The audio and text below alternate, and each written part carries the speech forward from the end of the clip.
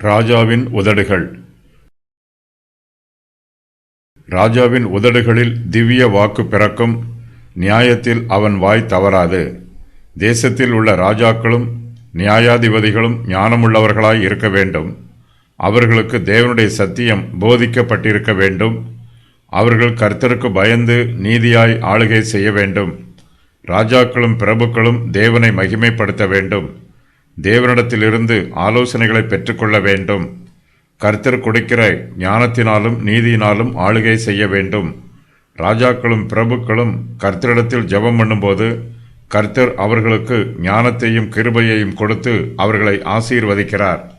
ஜனங்களை நீதியாய் நியாயமாய் கிருபையாய் ஆளுகை செய்யும் தாளந்துகளையும் அவர்களுக்கு கொடுக்கிறார்.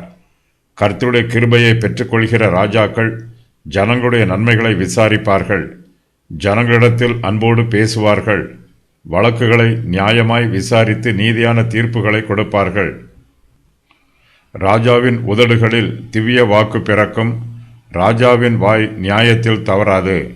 கர்த்தர் தன்னிடத்தில் ஒப்புக் கொடுத்திருக்கிற பொறுப்பை ராஜா உண்மையாயும் உத்தமமாயும் நிறைவேற்றுவார்.